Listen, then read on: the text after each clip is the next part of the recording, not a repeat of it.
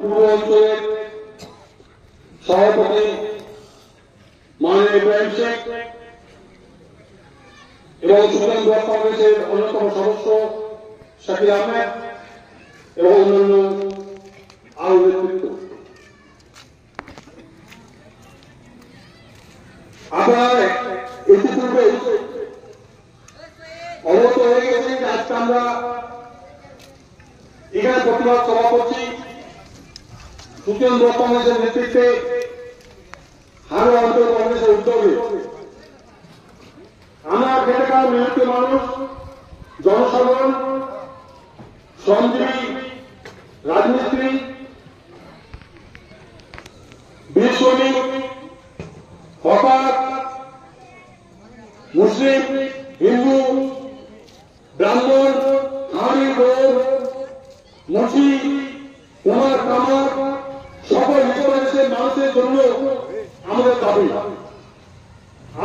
এই নয় যে তুমি হিন্দু, তুমি পদ্ম ফুলের লোক, তুমি ছোট ফুলের লোক, তুমি মুসলমান, কেউ জয় শ্রীরাম বলে রাম মন্দির, কেউ বলছে জগন্নাথ মন্দির। এই লড়াই আমরা আসিনি। আমরা ভারতীয় জাতীয় কংগ্রেস খেটে খাওয়া মেহনতি মানুষ, যারা নুনান্তে পান্তা প্রায় পরিবারের মানুষ বসবাস করেন। আমরা সংগ্রামী মানুষ। কংগ্রেস সংগ্রামের মধ্যে দিয়ে, সংগ্রামের নাম দিয়ে এই নামটা আছে কংগ্রেস, এটা সবার।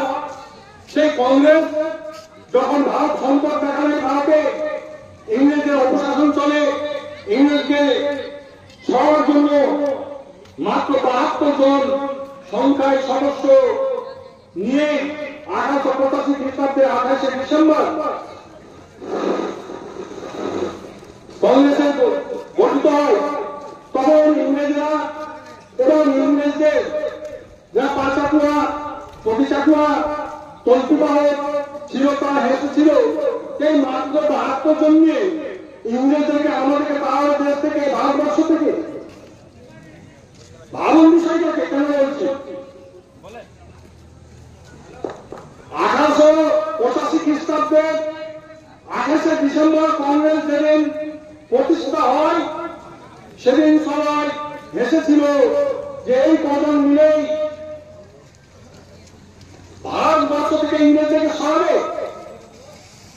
আমরা কি দেখলাম, ইতিহাস কি বলে,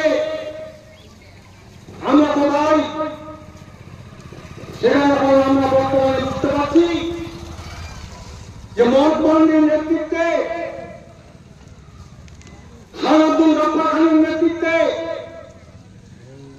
জওহরলাল নেহরুর নেতৃত্বে, মৌলানা আবুল কালাম আজাদের নেতৃত্বে, নেতাজি সুভাষচন্দ্র বোসের নেতৃত্বে, আরো মনীষীরা ছিলেন, তাদের নেতৃত্বে আমরা ১৯৪৭ সালের ১৫ই আগস্ট ইংরেজদেরকে ভারতবর্ষ থেকে টেনে ভারত স্বাধীন করে আমরা আজকে ভারতবর্ষের স্বাধীন নাগরিক, সংবিধান মান্যওয়ালা আমরা জনগণ। সেই কংগ্রেস যখন ভারতবর্ষের সংকট এসেছে, সেই ভারতবর্ষে যখন সংকট আছে, আমরা জননায়ক, রাষ্ট্রনায়ক,